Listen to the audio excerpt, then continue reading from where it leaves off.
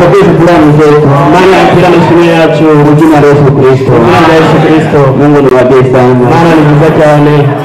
Vila lokoa babarishile yakishije babashile wakati wajambazi waliwaingilia yaba bandi bamwinjiriye kuona wametoka salama kubona bakira amahoro habakuwa mtu ntabwo bishe umuntu tumpige tena vigelegele kongere dushire uwitekima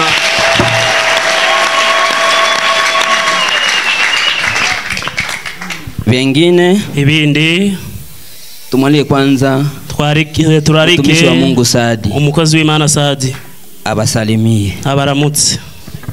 Tunawasalimu katika jina la Yesu Kristo. Tubarakimukije mu izina ry'umwami wacu Yesu Kristo. Nilikuwa nimesindikiza ndugu na naherekeje mwene data posikia kwamba ndugu amepoteza mtoto. Ubwo numvishe ko mwene data yahezeje umwana. Tukakuja kushiriki nanyi ndani ya kuomboleza. Twaje kwifatanya namwe kubwo kurira.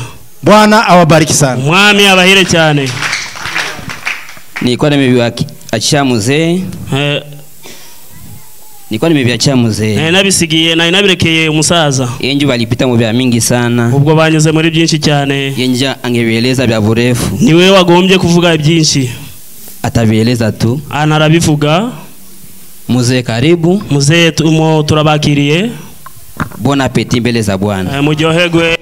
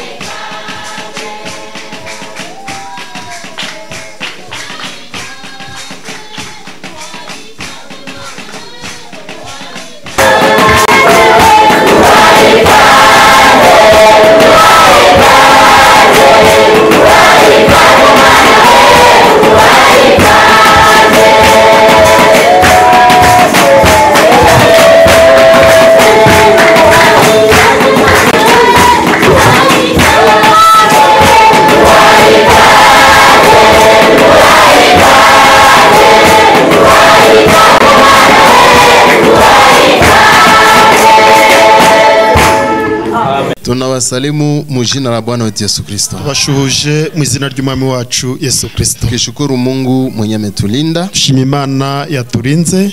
Na ninyi vile vile aliwalinda. Namwe bityo yabarinze. Jina la Bwana litukuzwe milele. Zina ry'Uwiteka rihimbazwe iteka. Ni kweli kama vile ndugu Bizi ametoka kusema. Ni kuri nkuko mwene databiza amaze kubivuga. Tulilamukia kwa ndugu Mutabazi mwenye alipoteza mtoto. Twaramukiye kwa mwene data Mutabazi wajimije umwana. Tangia asubuhi ohere gitondo. Tulienda zika kabisa kwa shida, mvula mingi litupiga. Kwagiye guhamba bitugoye mu mvura nyinshi yadukubise. Lakini kazi zote zilipitika vizuri. Imirimo yose yagenze neza. Jina la Bwana lipewe sifa. Zina ry'Uwiteka rihimbazwe. Tutaendelea kulombea ndugu yetu Mutabazi. Turaguma gusabira mwene data Mutabazi na jamaa yake ili Mungu akuwe faraja kwa ajili ya hiyo jamaa. N'umuryango we kugira ngo Imana ibihumure ko muryango. Mu jina la Yesu Kristo. Mu izina rya Yesu Kristo. Mwache basi tusimame tusome maandiko. Reke duhaguruke dusome ibyanditswe.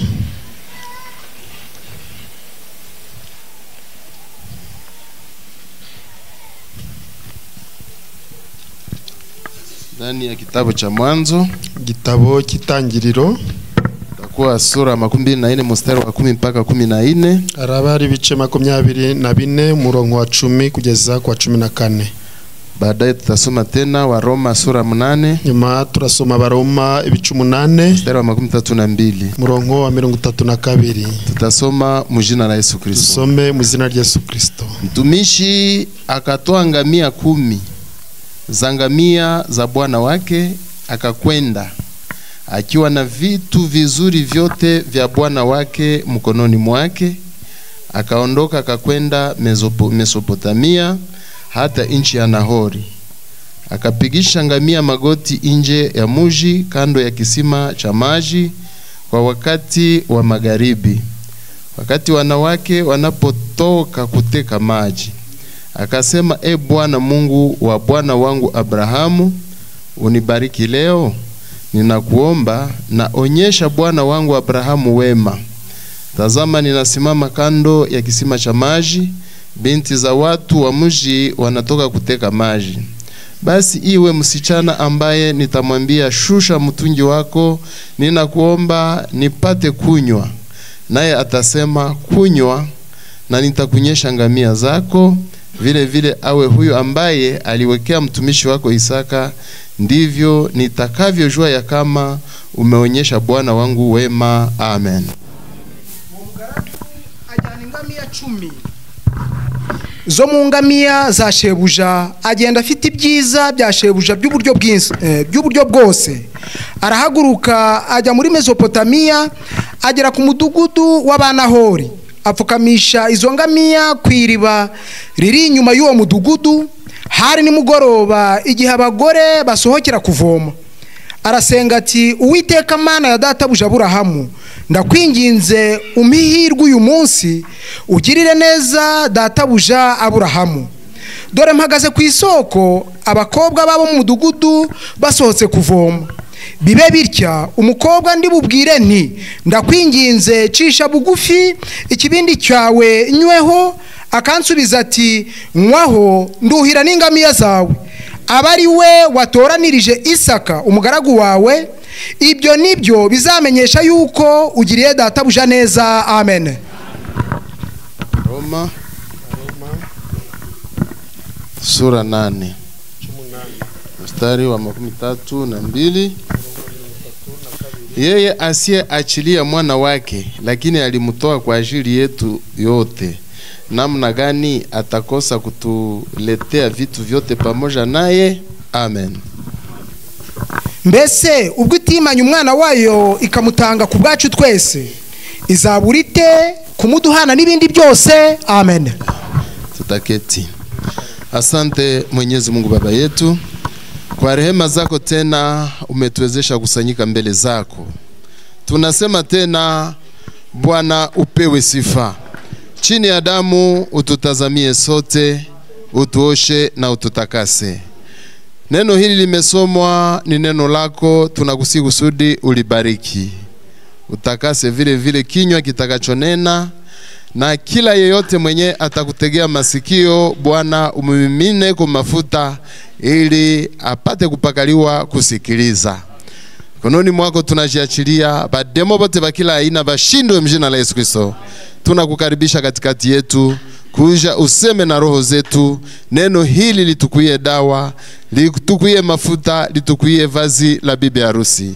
Tunajiachilia mikononi mwako, uwe vyote kwetu, mjina la Yesu Kristo tunalomba hivi. Amen. Mungu awabariki mjina la Yesu Kristo. Mani bahire mjina la Yesu Kristo. Mwache tuzungumuze kwa muda huu mdogo, reke tuganire mukanya gato, na Mungu awe msaada kwetu mjina la Yesu Kristo. Mani bimfashanyo kuri twe mjina la Yesu Kristo. Kwa wageni, sijue kama kuko wageni ambao walikusanyika, sinzi niba hari abashitsi babateranye. Kama wako wanyoshe mkono tuwaone kungamba wa ndugu. Ku ruhande rwa bene data mushira amaboko hejuru. Naona bandugu bawili, batatu. Mungu awabariki mjina la Yesu Kristo. Mani bahimigisha. Ngambo ya wadada kunaweza kuwa wageni. Ku ruhande rwa bashiki bacu abahari abashitsi. Kama wako banyoshe mikono. Abahari murambura amaboko. Naona mmoja huko, karibu dada. Umwe karibu mshiki wacu. Kule nyuma hakuna mwingine. Iri nyuma nta wundi. Nawaza eglize mnafurahia wageni wetu. Na gutorero mushimiye abashitsi bacu. Na Mungu awabariki. Mani bahire. Neno ambalo tunalizungumzia jioni ya leo, ijambo tuje kuganira ku mugoroba none, tunataka kuzungumuza kuhusu bibi harusi. Je kuganira ku mugeni. Eglize tuko bibi harusi? Torero turi umugeni. Bibi harusi anafurahishwaka na kabarua ka bwana harusi. Umugeni anezezwa n'urwandiko rw'umukwe. Amina. Amen. Waza muko na furaha, ngira ngo murishimye, ndio maana mumekuja. Mpamvu mwaje kusudi tubasomee kale kabarua, ngira ngo tubasomere urwo rwandiko. Amina. Amen. Hata kuko batate balikuwaka fiancé nabo balikuwaka ba musika. Gwariho n'abakecuru nabo bigeze kurambagizwa bari abakobwa. Na iwa kabarua kenye kanatoka kwa fiancé. Baza kabarua katurutse ku musheri. Kanasomewa kila saa. Kasomwa buri kanya. Unakasoma. Kagasoma. Nakimbilia tena mu cyumba unakasoma. Kihutira mu cyumba tenuka gasoma. Unapotembea tena unakasoma. Waburi kugenda tenuka gasoma. Na sisi tuko na barua ya bwana harusi. Atwe dufite urwandiko rw'umukwe. Ni lazima tunaposema ku bibi harusi, ngombwa nituvuga ku mugeni ni lazima kuko na bwana harusi. ngombwa habe hariho n'umukwe. Hawezi sema bwana harusi na hakuna bibi harusi. wavuga umukwe hatariho umugeni. Hawezi sema bibi harusi na hakuna bwana harusi. wavuga umugeni umukwe na wadahari. Ndio maana ukisikia seme kuko mfalme, niho ni umva ngo hariho umwami. kama kuko mfalme niba hariho umwami, kuko vile vile na malkia. hariho n'umwamikazi. Amina. Amen. Kama mfalme iko, niba umwami ariho, ni lazima na malkia iko pa. ngombwa n'umwamikazi abahari. Na mara mingi wakati mfalme anaitwa mfalme, kenshi y'umwami yitwa umwami, haitwake mfalme kwa bure. ntago yitwa umwami kubusa. Anakuwa iko na vitu. abafite ibintu. Na vile vitu vya mfalme, ibyo bintu by'umwami ni vyake pamoja na malkia wake. nibye hamwe n'umwamikazi we. Na vyote ambavyo bwana harusi iko navyo, iby'umukwe afite byose, ni yeye pamoja na bibi harusi. nibye hamwe n'umugeni. Amina. Amen. Kumbe vyote vile vya mbingu, ibyo by'ijuru byose ni vya bibi harusi vile vile. iby'umugeni bityo. Na wewe uko bibi harusi, nawe uri umugeni se, vyote vya mbinguni ni vyako. ibyo by'ijuru byose ni byawe. Amina. Amen. Kuko mwenye tunaweza kuambia seme bya bwana harusi vyote ni vyako. hari uwo twabwira ngo iby'umukwe byose ni byawe, anabipokea na madhaifu, akabyakirana intege nke. Lakini ninakwambia bya bwana harusi vyote ni vyako. ariko ndakubwiye ngo iby'umukwe byose ni byawe. Amina. Amen. Tunaona wakati mwanaume ameisha kuwa na mali, sukura y'umugabo amaze kugira ubutunzi, ni vitu vizuri, ni ibintu byiza. ndakona mwanamke naye anajisimamako, byakubunukaho n'umugore nawe ari kwihagararaho, bilichokesha mwanaume, yaruhije umugabo. lakini mwanamke unaona ariko ukabona umugore anadunda dunda, nawe ari kugenda ari kukimbagira, ari kudunda dunda. nashinda mama. Mwiriwe mama. Ndiye tumeshinda. Yego twiriwe. Unawaza ile raha iko naitosha wapi? Uzisengo wa munezero ari kuvana. Anaitosha ku bwana yake au kwe ku mugabo we. Na kama kanisa iko na dunda dunda leo, niba itorero riri kudunda dunda none, ni kwa sababu ya bwana harusi, kubera umukwe. Amina. Amen.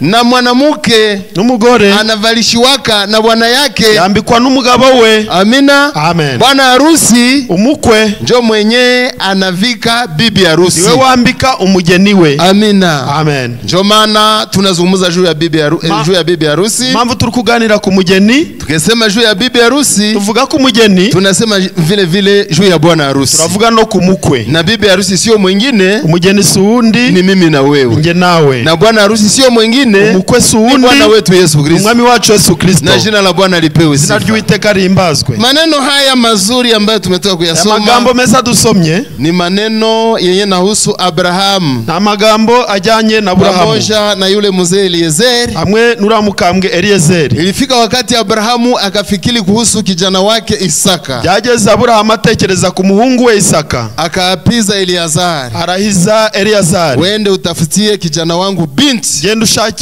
umuhungu wanjye umugeni, tena usilete mupagani, kandi ntuzazana umumondekazi. Amina. Amen. Ulete mukristo, uzazane umuntu ukishijwe mu Kristo. Usiende kuleta mupagani wapa Kanana, uzazana umupagani wa hani Kanane. Vile vile Eliazar akasikia, bityo Eliazar arabyumva, bakamwapiza, baramurahiza. Kwenye tumesoma sasa, aho dusomye noneho, kwenye tunaanzia kusudi twende haraka, aho duhere kugira ngo twihute, ni maneno mazuri sana, amagambo meza cyane. Ninapoyasoma ninasikia furaha roho. Iyo nyasomye numva umunezero mu mutima. Ni maneno mazuri, amagambo meza. Eti mtumishi akatoa ngamia 10 za ngamia za bwana wake, akakwenda akiwa na vitu vizuri vyote vya bwana wake. Amina. Amen.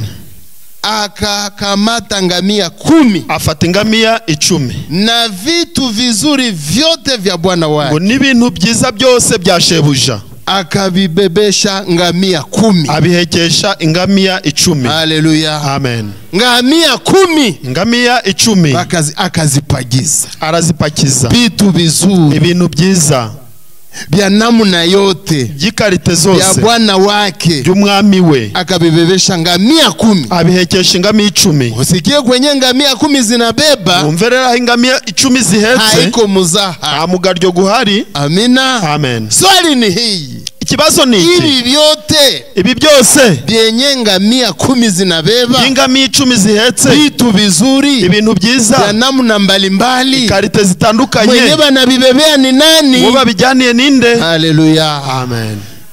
Mungu apewe sifa. Mani shimwe.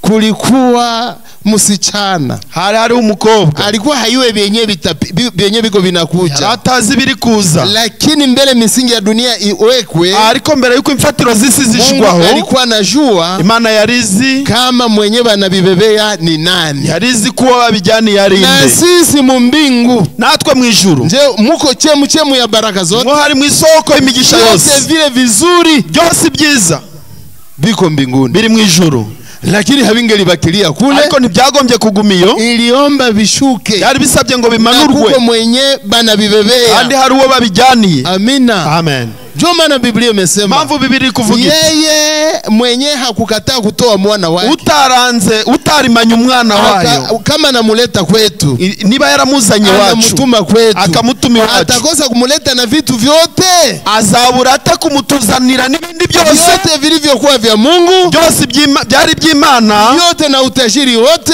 ubukungu bwose vyote vilikamatika, byose byarafashwe bigatiwa ndani ya Yesu Kristo, ishirwa muri Yesu Kristo. Yesu Kristo naye anavileta, yote anavileta kwa bibi harusi wake, yose abizanira umugeni we. Amina, amen. Ndio maana Eliazar akapagiza ngamia 10, apakiza ngamia 10, ngamia 10, ngamia 10, akaenda aragenda na hizo ngamia, vitu vimepagizwa, ibintu byapakijwe ya kila aina, gikarite zose vizuri sana, giza cyane. Akaenda kutafutia Isaka bibi harusi, ajya gushakira Isaka umugeni, lakini ombi lake, ariko isengesho rye, alipofika kando ya muji, akigera hafi y'umudugudu, Biblia inasema ibiri kuvuga iti akapigisha ngamia zake magoti, apfukamisha ngamia ze, na yeye mwenyewe akapiga magoti, na ubwe arapfukama, akasema, aravuga ati, Bwana Mungu, mwami, ninakulomba, ndagusabye, ninakusihi, ndakwinginze, ninaenda tafutia, ngiye gushakira kijana wa bwana wangu bibi harusi, umuhungu wa databusha umugeni. Tazama, hizi ni saa za jioni, dore aya na masaha y'umugoroba.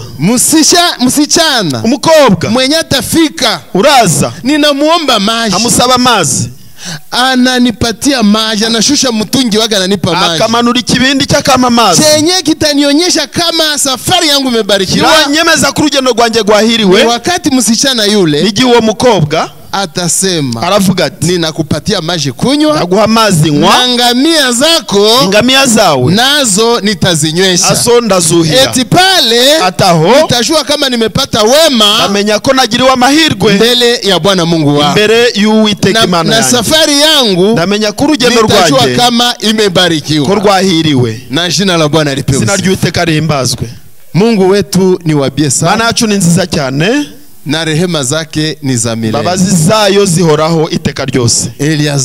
Eliazari akapiga magoti pale, arapfukama pamoja na ngamia zake, mwe n'ingamia ze, akangoje, ararindira, kwa sababu wakati mtu anapolomba, iyo umuntu ari gusenga, ngojea majibu ya Mungu, rindira ibisubizo by'Imana. Amina, amen. Unapomaliza kuprie, numara gusenga, ngojea sasa, tegereza majibu ibisubizo ya yule mwenye umeomba, yuriya wo wasabye. Eliazari akakuwa pale na ngamia zake, Eliazari abaho hamwe n'ingamia ze, anangojea akisema, ategereza, avuga ati, acha nione, reka ndebe chenye Mungu atanifanyia, ikimana irankorera. Amina, amen. Mwile wakati wa jioni, wo mugoroba, ilikuwa ni wakati ya kwenda kushota kwa wanawake wale mabinti, cyari igihe cyo kujya kuvoma ku bana b'abakobwa. Hapo ilikuwa ni saa za jioni, aho yari amasaha y'umugoroba, kama vile na sisi ujumbe wetu ni ujumbe wa magharibi, natwe ubutumwa bwacu ari ubutumwa bw'umugoroba, wakati ya kwenda kushota, ni igihe cyo kujya kuvoma. Wanamuke wengi wako wanaenda shota, abagore benshi bari kujya kuvoma. Wale wanamuke, abo bagore, maana yake madini, bivugitse ngo na madini, wote bako wanashuka kwenye maji, bose bari kujya ku mugezi, nuwo mugezi, ile maji, ayo mazi ni neno la Mungu, ijambo ry'Imana, wote bako wanaenda shota, bose bari kujya kuvoma, bote wako nakimbilia kwenda bose bari kushota. kwihutira kujya kuvoma, Lakini ni nani ariko mwenye atatimiza mapenzi ya Mungu? ariko ninde urashitsa gushaka kw'Imana? Nani mwenye atafanya kama vile neno linavyosema? Ninde urakora nk'uko ijambo rivuga? Ni mwenye Mungu alijua kabla misingi ya dunia haijawekwa. Uw'Imana yamenye mbere yuko Na yule ishingwa ataitwa ifatiro. bibi harusi neno. Uwo ni uzitwa umugeni ijambo. Amina. Amen. Jina la Bwana lipewe sifa. Zina ry'Uwiteka rihimbazwe. Wakati alikuwa kilomba, Gihe bari gusenga, iko na lomba ameisha maliza. ari gusenga arangije gusenga. Kenda ona kamusika kanashuka. Giye kubona abona agakobwa karamanutse. Kanashuka, Karamanutse. kanashota maji. Kavomye amazi. Kanashota. Karavomye. Eliazari naye Eliyazari nawe akakazogelea pole pole. arakegera yitonze. Pole pole. Buhoro buhoro. Muroho ati unaweza ona mimi najaliwa neema. Umutima ari kuvuga ati wabona ngiriwa amahirwe. Unaweza ona ni huyu. Wabona atari uyu. Kakaribia pale. Yegera aho ngaho. Alipopakaribia Amaze kuhegera, kama uliza mtoto msichana, aramubaza mukobwa, unaweza kunipatia maji nikunywe? washobora kuma ku mazi nkanywa? Ndio, ninaweza kupa. Ingope naguha. Akashusha mtungi. Amanura ikibindi cye. Aliposhusha mtungi, Amaze kukimanura, Eliazari akakunywa. Eliyazari aranywa. Alipomaliza kukunywa, Amaze kunywa, musika kasema, mukobwa aravuga ati, haiko wewe nitanywesha tu, ntabwo ndakuha wowe wenyine, na ahubwo hizi ngamia zako, izi ngamiya zawe hizi zote 10, zino zose niye 10 gizo unaniona, ukuri kumbona nitazinywesha, ndazivomera, Haleluya. ndazinywesha. Eliazari kwenye alikuwa iko, Eliyazari aho yarari, asema safari yangu ngwari kuimana nayo koko, avuga ngo uyu Mungu kweli jibu langu linajibiwa, kuri igisubizo cyanjye swali kirashubijwe, yangu inajibiwa, ikibazo cyanjye kirashubijwe, kizi nilibilomba uko nabisabye bimetimilika vile, birashitse gutyo. sema haleluya, Ati haleluya. jina la Bwana lipewe Izina sifa. ry'Uwiteka rihimbazwe. Amina. Amen. Biblia inatuambia Bibiri kutubwira wakati yote Eliazari aliona msichana amefanya sawa ginza lilomba, igihe Eliyazari yabonye umukobwa akoze nkuko yabisabye, akafungula kubile vyenye bilikuwa binabebewa na ngamia. afungura kuri bya bindi ngamiya zari zihetse. Mwache tupasome Mureke tuhasome. Kuma 12. 22. Na ilikuwa wakati ngamia walipomaliza kunywa, yule mtu akatoa pete ya dhahabu ya uzito wa nusu ya shekeli na vikomo viwili kwa mikono yake kwa uzito wa shekeli 10 za dhahabu.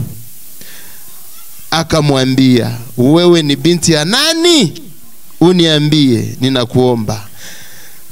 Nafasi ni nyumbani mwa baba yako, tulale usiku? Akamwambia, mimi ni binti ya Petueli ambaye mwana wa Milka aliyemzalia Nahori. Amina. Soma mlugha nyingine friend. Soma mu rundi rurimi mwene data. Nuko ingamiya zimaze kweguka, uwo mugabo yenda impeta z'izahabu, kuremera kwayo kwari nk'igice cya shekeri, nibimeze nk'imiringa 2 byo kwambara ku maboko, kuremera kwabyo ni shekeri 10 n'izahabu. Arabimwambika, aramubaza ati, uri mwene nde? Ndakwinginze mbwira, kandi kwaso hari aho twarara? Aramusubiza ati, ndi mene Betueli wa Milka na Nahori. Amen. Amen. Jina la Bwana lipewe sifa. Izina ry'Uwiteka rihimbazwe. Msichana huyu ambaye ni Rebeka, umukobwa witwa Rebeka, ambaye aliandaliwa kuwa bibi harusi wa Isaka, wari wateguriwe kuba umugeni wa Isaka, alijaliwa neema mu macho ya Eliezeri. yagiriwe amahirwe mu maso ya Yote Eliyezeri. vyenye ngamia zilikuwa zinabeba, Byose iby'ingamiya zari zihetse, kumbe habikuwa vya mwingine, ntago bujya byari iby'undi, bilikuwa vya Rebeka. byari bya Rebeka. Amina. Amen. Kwa hiyo wakati ngamia zilipomaliza kukunywa, Kubw'ibyo rero ingamiya zimaze kunywa, pale pale Eliazari akaenda mwa vile vitu, ako kanya Eliyezeri ajya muri bya bintu, akachomola ndani pete, akura impeta. Amina. Amen. Munayua pete, Muzimeta mama habezi kosa kuisahau. abamama ntobayi, Ile pete ni ile ya kupiga kupua, impeta nindi bakwikira kuzuru, akapiga kupua, abayikwikiye hara kuzuru, kamusika kakenda kujiona pete iko kupua, agakobwa kagiye kwibona kibona tena ya impeta iri kuzuru, dhahabu, tena y'izahabu na vikomo viwili n'ibikomo bibiri akavitia ku mikono yake, abishira ku maboko ye. musika alifika Mukobwa na hana zile na ile pete, alikuwa hana ile vikomo, adafite iyo mpeta n'ibyo bikomo, lakini alipomaliza kushinda ariko amaze kunesha pale ako kanya akapewa ile pete, ahabwa iyo mpeta. Mnaiwa maana ile pete, muzi akamaro k'iyo mpeta. Leo badada wetu habazivale, none bashiki bacu no bazamba, na vikomo habavivale, lakini kwa ile wakati ariko mwicyo gihe bilikuwa na maana yake, byari bifite imvugo, ilifaa wajipodowe, byari bisabye ngo birimbe. Ngamia zenyewe zilikuwa zimefika, ngamia zari zije, zile ngamia zongamia ni wanyama, zari nyamaswa, lakini leo ariko none ni Roho Mtakatifu, Mwuka Wera. Amina, amen. Ndio maana yo mpamvu si munaona sawa kule kwetu murukora nkiri iwacu, ulikuwa unaweza ambia mwanamke, abaga wabwira umudamu, tumepata mugeni, tubonye umushitsi, wende ukate wende kata muhindi moya pala, ikigori kimwe hari. Mwanamke mwenye iko na akili, umugore ufite ubwenge, aragenda na kitunga wala kikapu, agenda n'igitebo cyangwa, lakini mwenye hana akili, ariko utagira ubwenge, bamemwambia muhindi moya, ikigori kimwe, naye anaenda leta muhindi moya, na wakanagenda akanaca ikigori kimwe. Wende kata muhindi, bageni bamekuya, yaguca ikigori, abashitsi baje, ngo ikigori ngiki ndakiza, ngo ngiki muhindi njoro kinishakili wala ni vitu gani? Ufite ubwenge, mwanaume anakulaga muhindi moya we, umugabo aryaga ikigori, lakini mwanamke mwenyewe na akili, umugore ufite ubwenge rero mwenye atapata ufunuo, urahishurirwa, haiko lazima vyote babimwambie, byose ngo babimubwire. Haleluya, amen. Unaweza ni kila mwanamke, agize ni buri mugore, hodi, karibu, bibi yako mwenyewe ulipanaka kwa mali, umugore wawe wakoye, kabla hawiyasema tari wavuga, sheri mukundwa, mbona niko naona ulichoka, ko mbona warushe.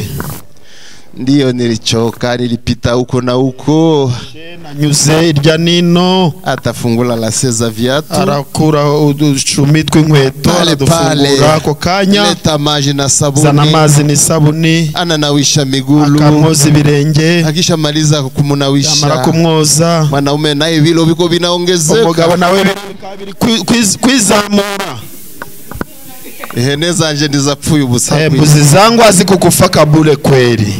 Haya, maliza kunawa, utakunya nini? Tari yarangiza gukaraba, uranywa iki? Uzanire ka soda, uzanire iki? Wala ka fanta, cyangwa ka kariga, cyangwa ka fanta. Sheri mukundwa, ni nini unataka? Ushaka iki? Kifukutu inakukwako mingi, ubushuhe bwabaye bwinshi basi, kwa mingi sheri, byinshi mukundwa, mwanaume kwenye iko sema mugabahara ati haleluya, kazi yangu haikukufaka bure, ihene zanjye no zapfuye ubusa. Haiko kila kitu ndio watu wanaweza fundishiwa, gari buri kintu cyose abantu bakwigira, kwa mwanamke paka bakufundisha na kunawisha migulu, ni buri umugore ngo bakwigisha nakoze ibirenge na kutosha kubona yako hijasho paka bakufundishe tu, ukuraho ibyuya by'umutware wawe ngo ni ngombwa babikubwirize. Banamuke banapanaka madawa ya kipendo kusukura abagore ngo batangaje imiti ngo abagabo bakunde kubesha, nibaonyeshe dawa, babwire umuti, mukamate bie, mufate neza, na byenyeho gufundishwa kabifanye, tutigishijwe bikore. Haleluya, amen. Wakati ataenda safari, yazagenda mu rugendo, nzataharyarira akasiku gani wana, amekumbuka bibi yake, ni bibi yake, yibutsa umudamu we juu ya matendo mazuri, hejuru imirimo myiza yenye ule mwanamke anafanya, yuwo mugore ajya kora, na yenye habakumufundishaka yeye anabifanya, wagahita arabikora. Utakosa penda mwanamke sawa ule, wabura gukunda umugore nk'uwo. Sheria mukundwa, uziko warushe, ushachoka kweli.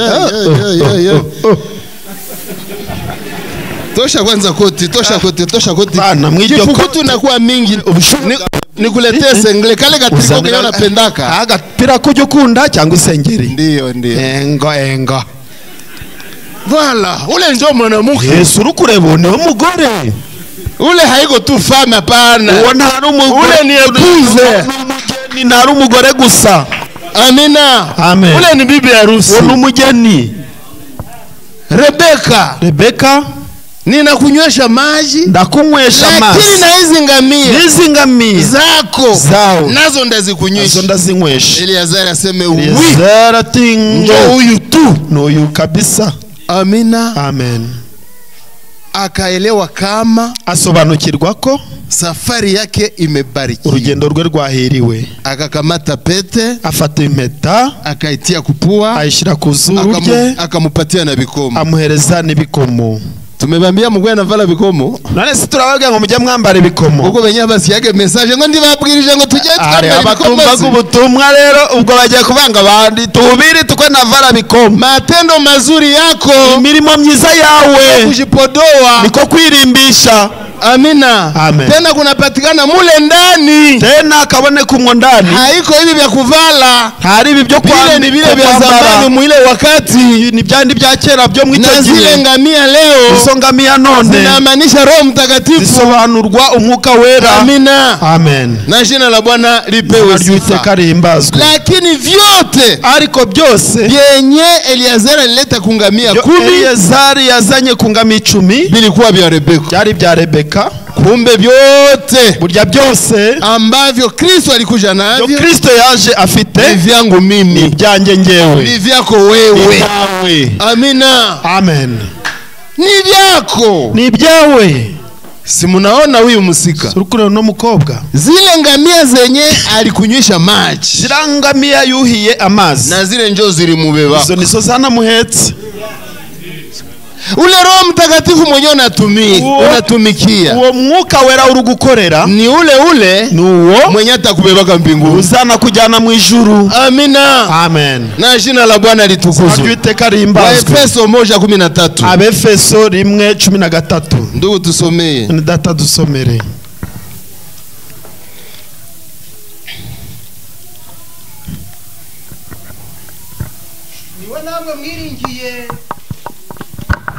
Niwe namwe mwiringiye mumaze kumva ijambo ry'ukuri, ari ryo butumwa bwiza bw'agakiza kanyu, kandi mumaze kwizera niwe wabashizweho ikimenyetso, ari cyo mwuka wera mwasezeranijwe. Amen. Soma ndugu Bigira.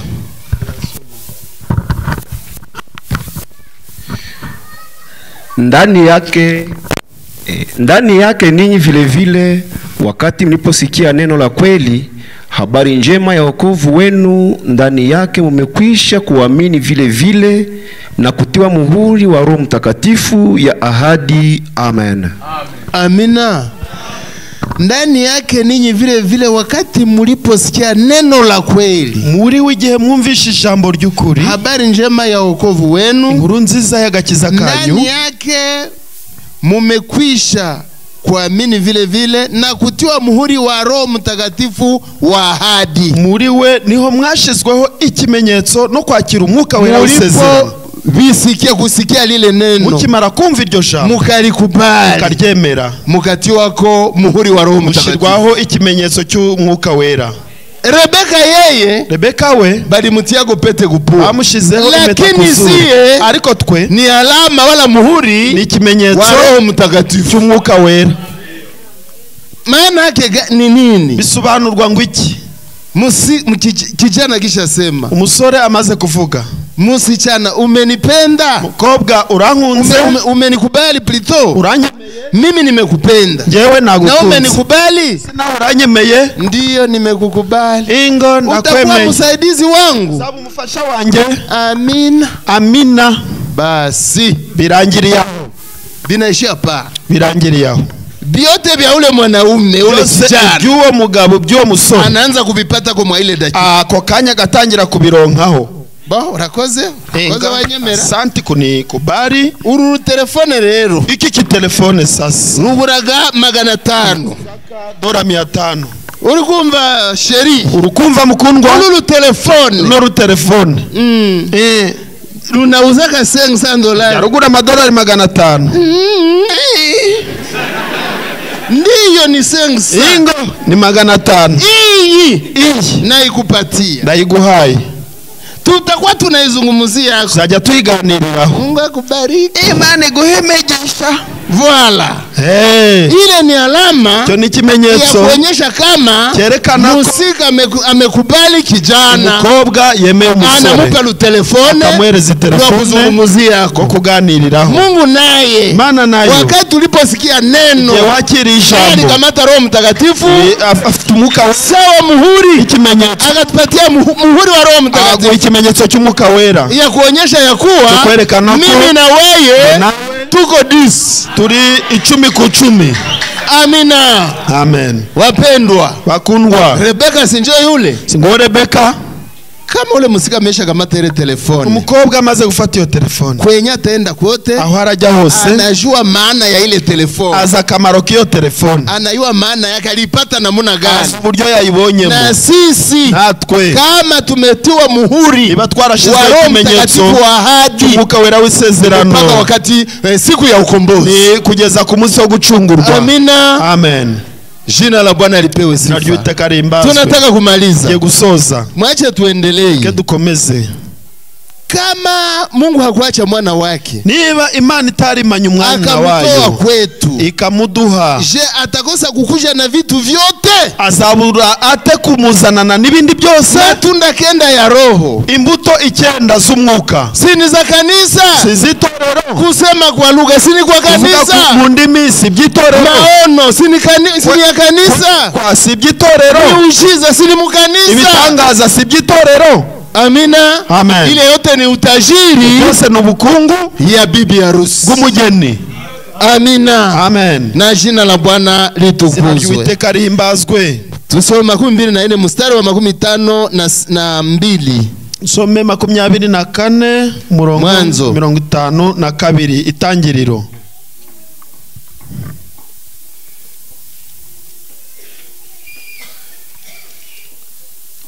Ilifika wakati Rebeka, yageze ubwo Rebeka, Eliazari alipomaliza kumuuliza uko mtoto wa nani, Eliazari arangije kumubaza ngo uri mwana wande, alipanda kwenye ngamia, buriye ku ngamia zile zenye Rebeka alitumikia, zazindi Rebeka yari yakoreye, akazinywesha, na zile zilimubeba, zo nanizo zamuhetse mpaka kunyumba, kugera mu rugo kwabo, iwabo. Tusikie sasa, atwumve noneho ku 52 kuri 52. Wakati na ilikuwa wakati mtumishi wa Abrahamu aliposikia maneno yao, akajinamisha hata udongo mbele ya Bwana. Mtumishi akatoa vyombo vya fedha na vyombo vya dhahabu na mavazi, akamupa Rebeka, akawapa ndugu yake na mama yake vitu vya damani vile vile. Wakakula wakakunywa, yeye na watu waliokuwa pamoja naye, wakalala usiku. Wakaamka asubuhi, akasema, muniruhusu niende kwa bwana wangu. Ndugu yake na mama yake wakasema, msichana akae pamoja nasi siku chache kama siku 10, halafu atakwenda. Akawaambia, msinizuize, ikiwa Bwana amebariki njia yangu, muniruhusu kuendea bwana wangu. Amina. Haya maneno yote ya magambo yose huyu iko na yasema, yari kuyavuga, lakini wakati alipofika pale kwa Rebeka, ariko igihe yageze iwabo wa Rebeka, balimuleteaga chakula kakatala kula, bamuzana ibyo kurya yanga kurya, akasema ati, aravuga ati, haryohi ijambo na utamu ni kwa neno, haryohi biryo, haiko utamu kwa chakula, utamu ni kwa neno. Ndakula namuna gani na hamu yaniambia, na arya gute mutari mwagira icyo kumbwira, kama kubaliwa hapa kwenu, ibani wanyu namaze kwemerwa. Uyu musiga si ndakula na hamu yaniambia kama nitaenda naye. Oya, none narya mutambwe niba uyu mukobwa turagendana. Haleluya. Amen. Hange kula matonge na haya sikia neno, ago yararya ibitore atari yumva ijambo. Kwanza ajue kama safari yake imebarikiwa, yari bisabye ngo abanze amenye ko urugendo rwe rwahiriwe. Ndio akasema, aravuga ati, uniambie kama mumenikubali, banze mumbwire ko mwanyemeye, kama mumenipatia huyu musika, mumaye uno mukobwa. Sasa ilikuwa wakati na ilikuwa wakati mtumishi wa Abrahamu aliposikia maneno yao, akajinamisha hata udongo mbele ya Bwana. Donc alikuwa ameshaambiwa neno nzuri, amaze kubyirwa ijambo ryiza. Musika njoo huyu, mukobwa dore nguyu.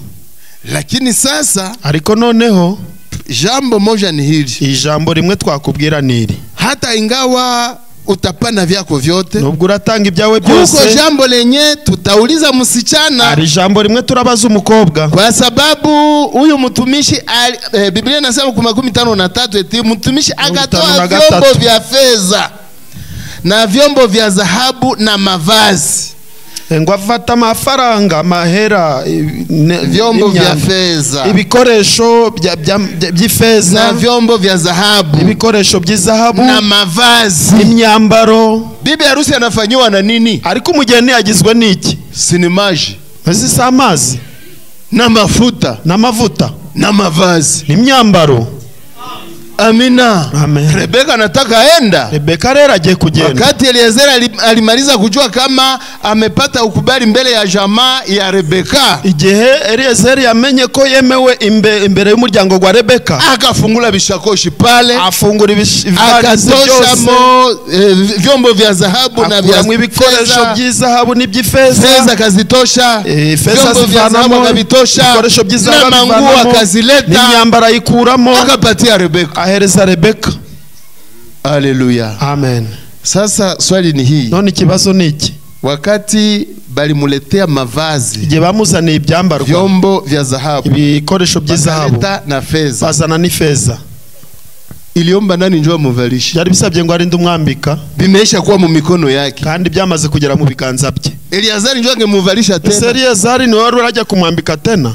Sasa kanisa, none itorero, wakati vyombo vyote vimefika kanisani, igihe ibikoresho byose byageze mu torero, matunda kenda ya roho ni yako, imbuto 9 zose z'umwuka ni zawe, unakuwa na mashaka, ukagira gushidikanya.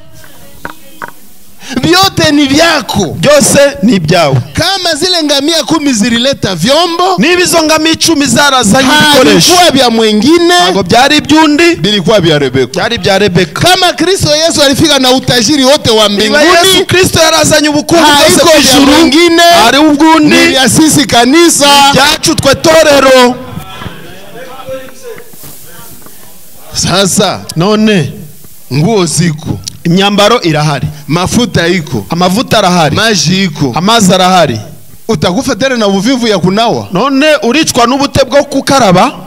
Mafuta iko pale, amavuta araho, sini yako saya na kushipakala mafuta nabyo bigushinde, no kwisiga amavuta nabyo bikunanire. Mavazi iko pale, imyambaro iraho ngaho, matendo ya haki ya watakatifu, imirimo ikiranuka yabera iko pale, ni yako ngaho, ni yawe. Unataka bakufanye namuna gani? Shaka ngo bakugire gute? Kulikuwa muhubiri moya kule kwetu, hari umubwiriza umwe iri wacu yitwa Barotso, yitwaga Barotso. Ndio mwenye alikuwa na wewe sasa, ngo mushaka ngo manuri juru, mnapenda nishushe mbingu wala wengine wabwire mushaka ngo manuri juru, wakati niliwaambia mushaka ngo ijuru ndi manure, na mimi ninawaambia, nami ndikubabwira nanjye yote vyenye ngamia 10 zilikuwa zinabeba, bose by'ingamia 10 zari zihetse, bilikuwa bya bibi harusi Rebeka, ari by'umugeni Rebeka, byote vyenye Kristo alifika navyo, bose Kristo ibyo yazanye ni ya kanisa, ni by'itorero. Amina. Amen. Si ni vya kanisa, si by'itorero. Kusema kwa lugha ni kwa banani, kuvuga mu ndimi ni by'abantu, si vya kanisa, si bilionekanaga siku ya Pentekoste, munsi wa Pentekoste ntibyagaragara. Upendo ni ya banani, urukundo n'urwa bande, si ni yetu siye. Mungu si ni upendo, na kama iko ndani mwetu, si ni lazima upendo uonekane, urukundo rugaragare. Amina. Amen. Ndio maana yo mpamvu bibi harusi, umugeni, kuna kuwaka byenye tafanya habaho ibyo arakora hata kama habakubimwambia, ubwo baba batabimubwiye. Ile inaonyesha ya kuwa ibyo bikerekana ko ule ni bibi harusi, wari umugeni. Na jina la Bwana izina ry'Uwiteka rihimbazwe. Tuendelee tumalize, kuna dakika 5, asigaye iminota 5. 56 56. Akamwambia, msinizuize, ikiwa Bwana amenibariki, amebariki njia yangu, muniruhusu kuendea bwana wangu. Wakasema, tutaita msichana tumuulize atakalosema. Hivi bangepasha kusema, bagombye kuvuga bati, Eliazari uko natukaziria kaziria uko duhatira hatira musika njo huyu uyu mukobwa tumekwambia umwe tungebakia naye siku 10 kwanza twagombye gusigarana nawe iminsi 10 wenda na iko hapa kisha ari hano atafikaka hanyuma kazaza lakini sasa ariko noneho ni mtoto mkubwa ni musika mkubwa umukobwa ukuze ameisha komala maze gukura bamuite tumujiulizie bamuhamagare tumwibarize yenye bitatoka mu kinywa yake birava mu kanwa ke ikuwe vile ariko bigenda na wewe kanisa nawe torero umeisha kugomala si wamaze gukura na wewe tutakuuliza nawe turakubaza yenye bitatoka mu kinywa yako birava mu kanwa kawe kawe tutatembelea ibyo nibyo turagenderaho wakasema tutaita musichana soma mu Kinyarwanda frere somaho mu Kinyarwanda mu 57 57 baramusubiza bati reka duhamagara umukobwa tumubaze twumve irimuva mu kanwa bahamagara Rebeka baramubaza bati urajyana n'uyu mugabo arabasubiza ati turajyana amen amen amina amen Maraka mnaweza ngesema kama nitabakisha. Ano kugira ngo yagombye kuvuga ngo ndasigara. Yiwe. Bingeliwezekana. Yagombye gushoboka. Njoo mara na kanisa leo linauliza. Mpamvu none itorero riri kubazwa riti. Bibi harusi wa Kristo. Mugeni wa Kristo. Uko tayari kwenda? Ese witeguye kugenda? Muko tayari kwenda? None mwiteguye kugenda koko? Nini njoo nakosa basi? Habuziki? Nini njoo nakosa? Hari kuburiki? Rebeka muroho, Rebeka mu mutima bilikuwa biko binawaka. Byari biri kugurumira. Lakini papa naye sijue benyeko nawaza bwana. Ariko data nawe sinzi byari gutekereza. Tangia bali musumbulia. Abahereye. Nabako banamusumbua na maulizo. Ibibazo. Na mimi ndajisemea. Eka nanjye nivugire. Na wewe ujisemeye? Wasi wakwivugira. Benye banataka enda ni banani? Abashaka kugenda ni bande? Mungu awabariki. Rebeka utaenda? Uragenda? Bangemwambia nyoshe mkono. Iyo bamubwira ngo rambura kaboko. Angelifanya hivi. To yagomba kugira ngo. Yagomba kugira gucya ngo. Jo bilikuwa binawaka ndani yake. Ko byari biri kugurumira muri we. Na kanisa nayo nitorero naryo inafaa bikwe biko binawaka. Isabye ngo bibe biri kugurumira. Inafaa biwake. Isabye ngo byake bigurumire. Vitu vyote biko tayari. Ibintu byose bibe bitunganye. Kama ni kunawa, ibaru gukaraba, maji iko, mazi arahari. Ukisha maliza kunawa, umara gukaraba, mafuta iko, mafuta arahari. Maji ni neno, amazi ni ijambo, mafuta ni Roho Mtakatifu, mafuta no mwuka wera. Balishushaga siku ya Pentecost, manuye Mungu alishushaga Roho Mtakatifu siku ya Pentecost. Munsi wa Pentecost mana manuye mwuka wera. Haikurudiaga tena kule. Ngongeye gusubirayo. Iko hapa pembeni yako. Ari hani ruhande rwawe. Iko pembeni yako. Arahi ruhande rwawe. Amina. Amen. Si munaona hii madhaifu yenyewe nakamataka watu. Sukura zino ntege nke zifataga abantu. Wakati madhaifu na kushika. Igihe intege nke zagufasha. Ukwenda hiyo kama pembeni yako kuko nguvu. Umenya kwa iruhande rwawe hariho imbaraga. Amina. Amen. Wakati tala inazimika. Kitabaza rizimye. Uiwe kama pembeni yako kuko mwenye anaweza kuiwakisha. Umenya kwa iruhande rwawe hari uwaryatsa. Wakati huko na huzuni. Ufitaga hinda. Uiwe kama pembeni yako. Umenya kwa iruhande rwawe. Mwenye anapanaga furaha. Utanga ibyishimo. Kama uko na zambi. Ufite ibyaha. Uko mwenye anasamehe zambi. Umenye kwa hari ubabarira n'ibyaha. Haleluya. Amen. Ndio maana. Yo mpamvu umuntu mimi nafurahi yako ule mukoma yeye. Njewe nishimira kujya mubembe. Mwenye alifikaga kwenye Yesu iko. Wagezaho Yesu yarari. Bwana kama unaweza kuniponyesha. Mwami niba byakunezeza wanyiza. Niponyeshe. Wanyiza. Yesu seme ninaweza. Yesu aravuga ati ndabishoboye. Pona. Kira. Na pale akapona. Kanya itarakira. Mukoma aseme hivyo nivyo nashaka. Umubembe ati injobi yenyewe nilikuwa natafuta. Haleluya. Amen. Rebeka naye. Rebeka utaenda na huyo mwanaume. Rebeka urajana n'uyu mugabo. Nitaenda. Ndagenda. Bilikuwa binaomba kwenda funga chakula tena. Sijya bisabye kujya kwiyiriza ubusa. Kusudi ajibie. Kugira ngo asubize. Utaenda bibi harusi ndio. Ugenda mugeni inga. Fanya hivi. Tambura gutya. Nauliza tena, kanisa mko tayari kwenda? Ndikubaza itorero mwiteguye kugenda? Mani bayimigisha. Bandugu yangu. Ariko bene data. Sasa nakumbuka Barotso. Wamushaka ngo manuri juru. Barotso akavuga munapenda nishusha mbingu. Tumalizie ku 61. Dusoreze kuri 61.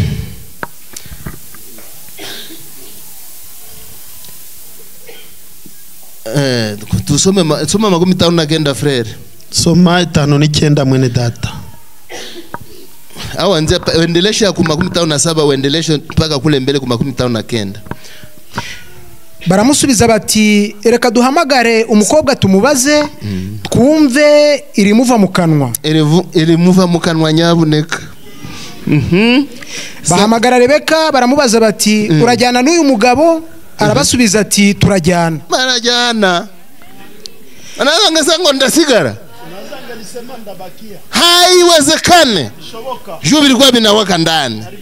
59. Basezera kuri Rebeka mushiki wabo n'umurezi we, basezerera umugaragu wa Aburahamu n'abantu be, bifuriza Rebeka umugisha. Baramubwira bati mushiki wacu uzabe nyirakuruza w'abantu inzovu ibihumbi, urubyaro rwawe ruzahindure amarembo y'abanzi barwo. Amen.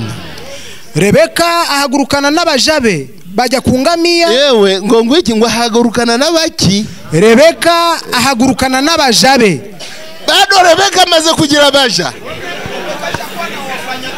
mu dakika tu kidogo. Haleluya.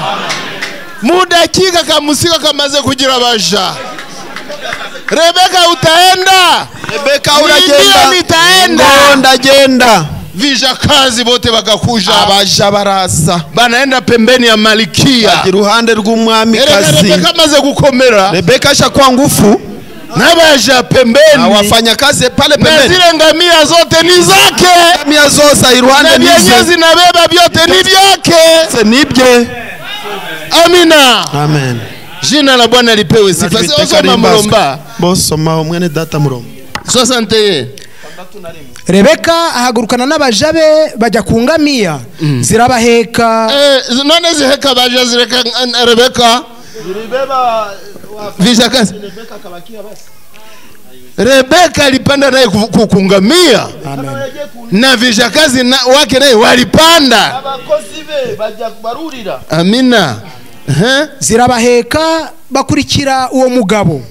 Uwo mugaragu ajyana Rebeka aragenda. Amen. Endelea. Bukeye Isaka azaturutse mu nzira yo kwiriba ryitwa Lahayiroyi. Isaka yarihishe. Alikuwa anajificha wapi? Sasa soma tusikie. Isaka. Bukeye Isaka azaturutse mu nzira yo kwiriba ryitwa Lahayiroyi. Kuko yaratuye mu gihugu cy'Inegebu. Isaka arasohoka ajya kwibwirira mu gasozi nimugoroba, yubura amaso abona ingamiya ziza. Rebeka yubura amaso abonye Isaka ava ku ngamiya. Sasa nani jame mwambia kama ni yeye? Kilindi kilikuwa kinaita kingine kilindi. Amen. Na wakati Yesu atakuja akishafika mu mawingu. Haleluya. Amen. Tutatokea tutamuyuaka. Amina. Amen. Biblia inasema biri kuvuga iti sisi ni watoto wa Mungu. Turabana b'Imana. Lakini jinsi tutakavyokuwa uko tuzamera hatujajua bado. Lakini atakapoonekana tutafanana naye. Amina. Amen. Kwa sababu huko tutamuona jinsi alivyo. Zamureba uko ari. Soma Mulomba. Soma Mulomba. Rebeka yubura amaso abonye Isaka ava ku ngamiya, abaza wa acha jishukie ku ngamiya mwa byenye bilimutosha kwabo. Amesha kuviona. Aendelea kubakia ku ngamia. Akafanya nini? Abaza wa mugaraga ati uriya mugabo ninde?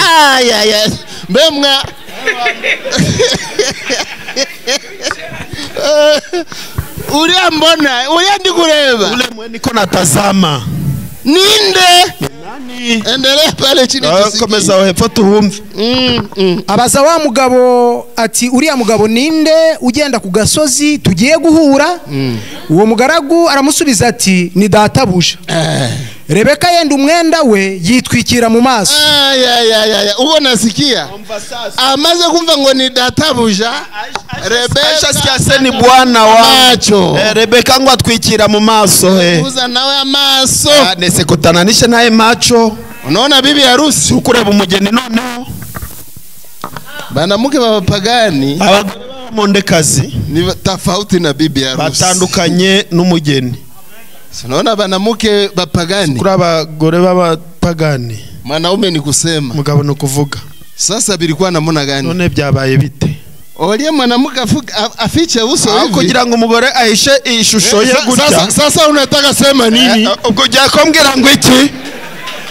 Unataka sema hivi njoo unaanzaka uku niko utangira rero. Lakini mwanamuke bibi harusi ariko umugore w'umugeni, mwanaume anasemaka, umugabo aravuga, mwanamke anashusha macho, umugore akicisha bugufi mu maso. Mungu atupatie tabia za bibi harusi. Imani do mico y'umugeni mu jina la Yesu Kristo. Zina rya Yesu. Endelea mulomba. Komeza umuromba. Cha zinaisha. Rebeka yenda umwenda we yitwikira mu maso. Uwo mugaragu atekerereza Isaka ibyo yakoze byose. Isaka azana Rebeka mu ihema rya nyina Sara. Amujana mu ihema. Akamubeba ndani ya nyumba. Uona sikia akamubeba mu ihema. Amujana mu nzu. Ni kusema Isaka hakuna mwenye alimwambiaka. Isaka nta nuwarura bimubwiriza. Isaka alionaka ngo haiko mwengine. Aravuze ngo na undi. Nani uyu? Ni uyu tu. Jifikie waheko.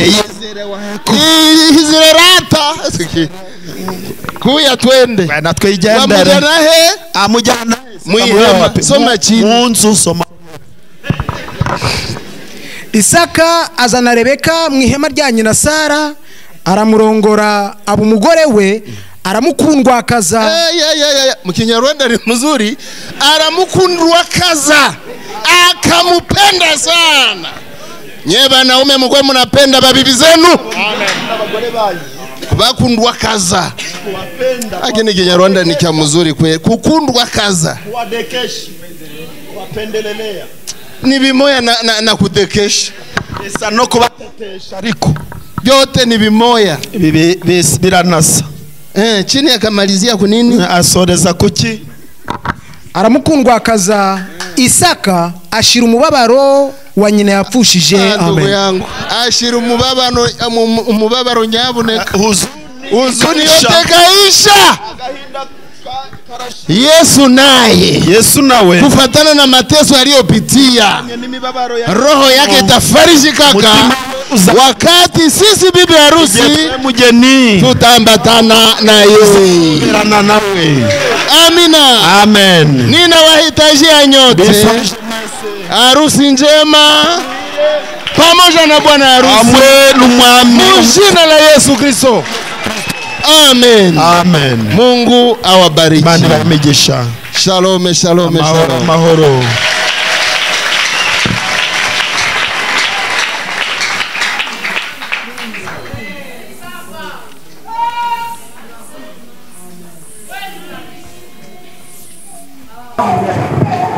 Bwana Mungu tumpigie kelele.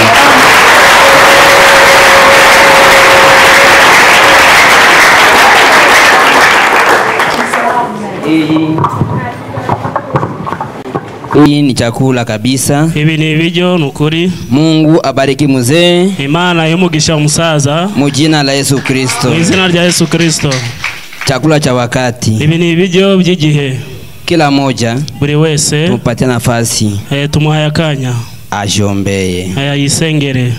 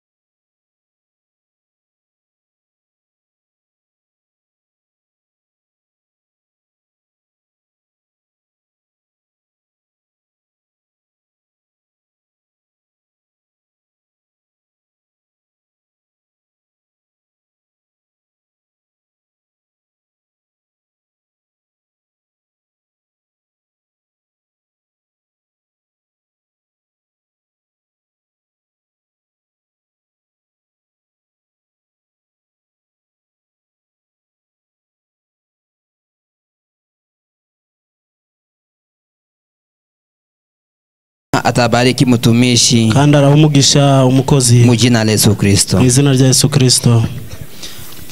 Bwana wetu Yesu Kristo, tunakushukuru kwa jioni nzuri ambayo umetupatia, jioni ya chakula cha kiroho, jioni ya maneno ya faraja na kutuhimiza. Bwana Mungu wetu, tunakupigia vigelegele.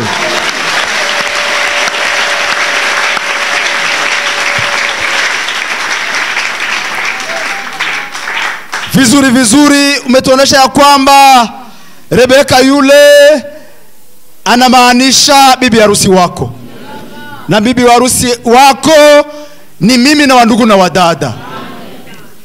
Unatuonesha gisi mambo yalianza, unatuonesha mahali ambapo mambo yalikuishia. Baba, vyovyote vile ambavyo ulisisitiza, sura ambayo ulipenda tukue nayo, tunaikuomba katika jina la Yesu Kristo. Wandugu na wadada wamejitetea. Baba, wakati ulikuwa ukizungumza nasi kupitia neno lako, ulituuliza eti anayehitaji kwenda ni nani? Anayehitaji kukuwa bibi harusi ni nani? Sio wote tulitia mikono yulu. Mikono hii ambayo tumetia yulu ikuwe zabihu. Baba, bariki mtumishi wako, bariki neno lako mioyoni mwetu. Tuomba hivi katika jina la Yesu Kristo, amen. Bwana Mungu apewe sifa. Mwami Mana ahabwe icyubahiro mu jina la Yesu Kristo. mu izina rya Yesu Kristo. Iri ni hitaji, ni cyifuzo.